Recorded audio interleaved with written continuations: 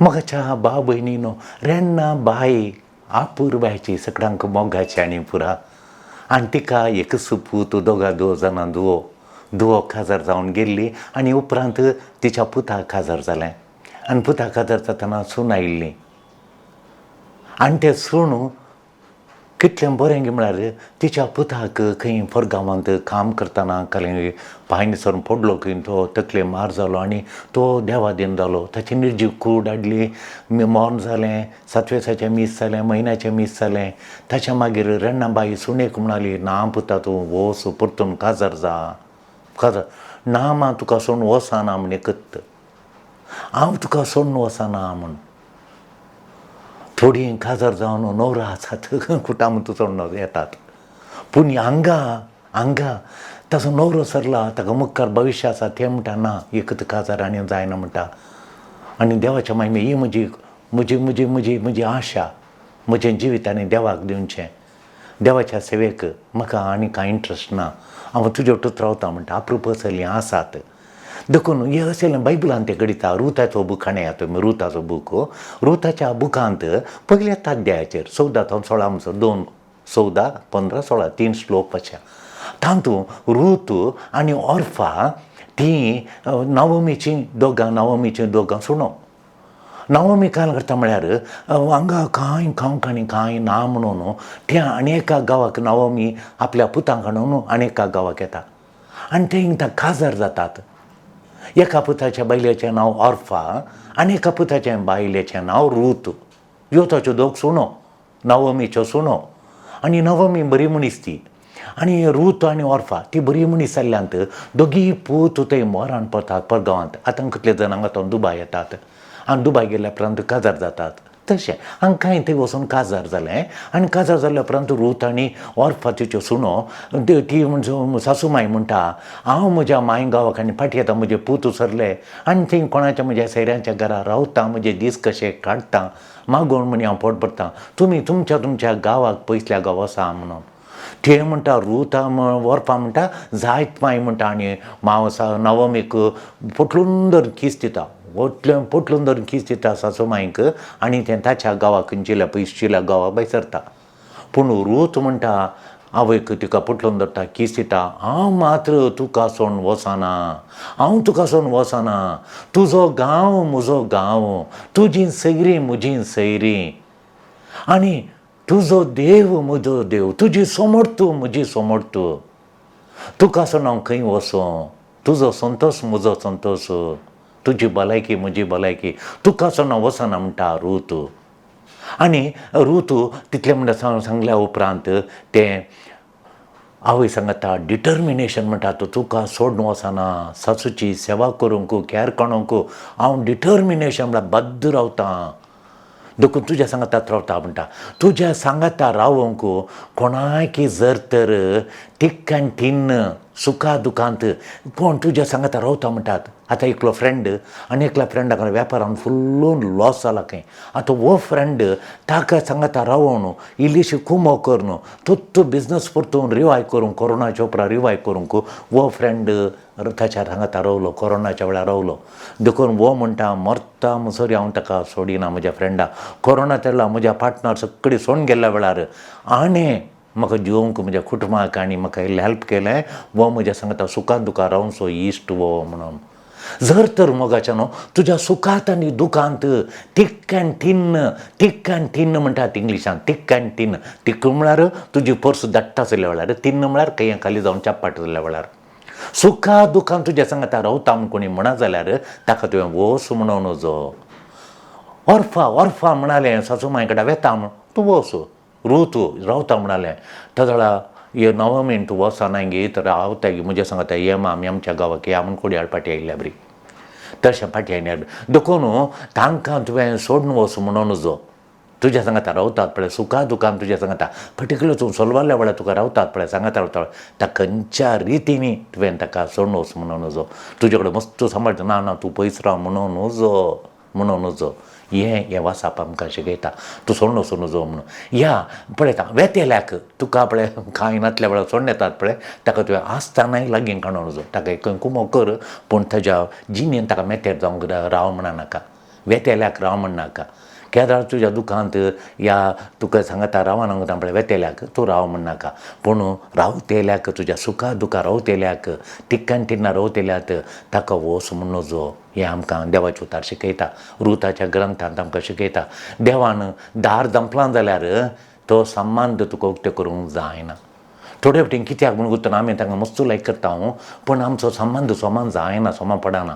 त्या वेळार हांवें सड्ड त्या संबंदा फाटल्यान पडचें ना. कित्याक म्हळ्यार देवान दार दंपलां जाल्यार तो संबंद नाका म्हळ्यार जाल्यार ते परतून उक्ते करूंक जायना. तो हाजो एकलो आयला आनी तांणी दोगांनी दुबाय वचून काम सोडून तांच्यानी तूं रुमांक केलां. तो रुमां कर, मस्त रुमां कर बड्याक दिवन मस्त कोणावण्याचे खंयच्या खंयच्या देशाचे ते रावतले. थोडे कांय हांकां दिनासतना कांय दिनासतना सोडून शिदा गेल्यात. ही आतां 70,000 दिराम रीण पडलां कालें करचें गी म्हणून आयल्यांत. हांकां कालें करूं जाता पळय. देखून देवान दार दंपलां जाल्यार तुका त्यो उक्त्यो करूंक जायना. पयले फावटी बिजनसांत चलवालां बिजनस तुका जायना, बिजनस जायना. मागीर कित्याक तुवें बिजनस हात घालोय. देखून तुवें कितलें दिवता पळय देवान जो हात सोडल्यार जायना. थोडे फावटी आमी पळयता थोड्यांक कितलें दिल्यार नॉट इनफ. तांकां कितलें दिल्यार नॉट इनफ. एक हांव लायक करना मगोच्यान म्हाका मस्तू लायक करना म्हूण सांगल्या काल मुतागी थोडी बरी इस्कालांत फादर तुमी शिकय म्हणून व्हडली इन्फ्लुयन्स करतात. खंय खंय तांकां फोणां करता फादर तुमी ताका पर्टिक्युलर शिकोवन ताणें बरें मार्क काडचे तुमी शिकयचे ताका शिकयले ब्राकाय शिकयचे म्हणून. हांव ताका शिकोवंक जायना. कितें म्हूण सांगल्यार तांचें प्रयत्न ना. म्हाका कालें म्हळ्यार 50% म्हण ताणें ताचें ताका मोड आसाचें 50% म्हण ताणें प्रयत्न करचे. म्हाका वयरीन जावं म्हणलें ताका आशा आसाचें वडणी आसाचें ती वडणी नातिल्ल्यांक हांव कुमो करून बेश्टें. थोड्यांक ताका घर बांदून दिली म्हाकाय घर बांदून कुमो कर फादर तांच्या दिसान आमच्या दिसान तांकां दिल्या बरी आकाय दी म्हणटात. हांव दिवंक वचना. कित्याक म्हळ्यार तांणी घर करून अर्द्यार रावयलें, अर्द्यार घर काडून वयलें. त्या वेळार आमी जीव दिता. कित्याक म्हळ्यार ताणें अर्द्यार रावयलां. अर्दें म्हणसर ताणें काम कर तांचे आसलें पुराय घालां. तांकां आशा आसा, तांकांय प्रयत्न आसा, तांचोय घाम पिळ्ळा. जाल्यार उरलें करूंक एक आतांचो एक तिका आदार दिवचो तें भारी वाजबी जावन आसा. पूण कांय करनासतना ताका घर बांदून दिलें आनी म्हाकाय घर बांदून दी. ही सगळीं कुटुंबाची न्हिदल्यांत आमी वचून काम करून बेंगलोरांत घर बांदून दिल्लें. म्हाका आतां दूख येता हांवें कित्याक तें कर्म केलें गी म्हणून. तशें देखून तुवें इल्लेशे प्रयत्न केले ताका आज कुडसिल्यार भारी बरें जाता. देखून थोडे भुरगे म्हाका फोन करतात एक चेडूं पळय म्हणून. ताणें केल्लें कांय ना चेडूं पळोवंक. हे दोन वर्सां ताणें काजारां तयार करूं ना. ताणें इल्लेशे पयशे करून दवरूं ना. आतां आनी इल्लेशें ताणें घरांनी काडून दवरूं ना आनी इल्ले पयशे बँकांत घालूनात. काजार कर तर हांवें सोदीचें ताणें सुरतावणी काम मेळ्ळ्या लेखात आज इल्ले म्हण घाल्ले जाल्यार इल्ले म्हण तुजे कडेन कांय ना, कांय ना. तळ्यांक हांव बिलकूल शेरीक पळयना. थोडे आसात सड्ड पयशे नात. फादर म्हजे कडेन 3 लाख रुपया आसात फादर हांवें कश्टांनी करून दवरल्यात. भयणीच्या काजारां दिले, गरबा रिपेरीक दिले म्हणजे काय ना. एकडेच 3 लाख आसात फादर म्हणून. तांकां ज्यूसन चेडवां फाटल्यान खंय चेडवां आसात म्हणून तांच्या घरांनी वचून खबर काडन एक बरो भुरगो आसा जावन आमी कितलीं काजारां गेल्यांत. It's necessary. थोडे फावटी इट इज नेसेसरी एंडींग हे रिलेशनशीप तुवें एक्सेप्ट करीचें. हें रिलेशनशीप नाका म्हळ्यार तशें तरणाचें. थोड्यांक पळय कितलें दिल्यार तें ना. थोड्यांक कितलें पुगारल्यार तें पावना, नॉट इनफ. कितलें ट्रीट कर तांकां पावना. थंयल्यान ट्रीटच कर नजो जाल्यार पुगारूंक तसो नजो. इट्स देव सांगता हें एंड कर म्हूण. हांवें एक्सेप्ट करचें आनी तें एंड करचें. तें रिलेशनशीपय नाका, तें पुगारचेंय नाका, तांकां वयर हाडूंक प्रयत्न नाका, तांचेतल्याक तांसून दी म्हूण. देखून थोडे फावटी आमी सांगता टायम आनी करशीत हांव मोगान आसता हांव. थोडे फावटी आमी सोड सोडटा हांव. कितें म्हळ्यार कितलें दिल्यार ना, कितलें पुगारल्यार ना, कितलें ट्रीट केल्यार ना.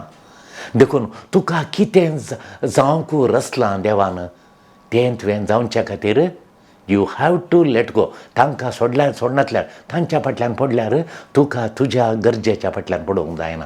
देखून तुवें कितें जावंक तुका रचलां देवान कितें जावंक एक बरो तुका एक बरो मनीस जावंक रचला. एक बरो भाव जावन रचला. एक बरो तुका एकल्याचो घोव जावन रचला. एकलो बापाय जावन रचला. तें तुवें जायचें. एकलो बरो भाव जायचें आनी एकल्यांक आदार दिवचो भाव जायचें. देखून तुवें थोडें लेट गो करचें. तें पुगारचें ट्रीट करचें इंट्रस्टांतल्यान फाटल्यान पडचें तें सोडचें. लेट इट गो म्हूण. मागीर यू कॅन मूव फॉरवर्ड. तुवें मुखार वचत.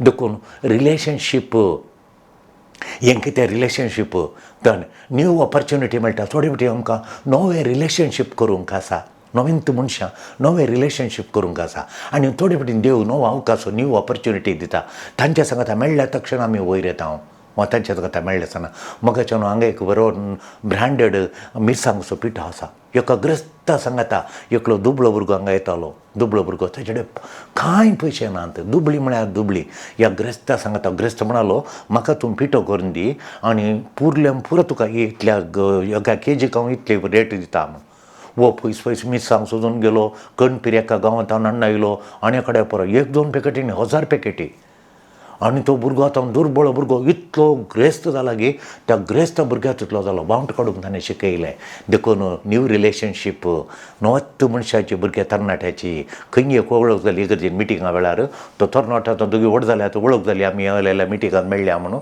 आनी ते दोगी जावन आतां बिजनसमॅन आतां ग्रोथ आयलां इतली वाडा वळयल्या तुका हें कळनातल्या वेळार देवाक तूं पातये आनी देव तुका अंडरस्टँड करून कृपा दिता देखून सोडचे जाल्यार सोडीचे धरचे जाल्यार धडीचे आनी तुवें वाडायचें देवा मुखार प्रेज द लॉर्ड.